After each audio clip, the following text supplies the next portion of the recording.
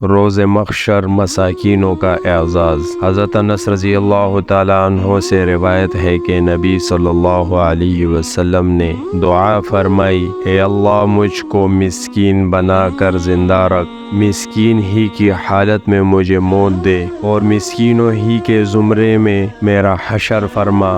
حضرت عائشہ رضی اللہ تعالیٰ عنہا نے نبی صلی اللہ علیہ وسلم کو یہ دعا فرماتے ہوئے سنا تو کہنے لگی، یا رسول اللہ صلی اللہ علیہ وسلم، آپ ایسی دعا کیوں کرتے ہیں؟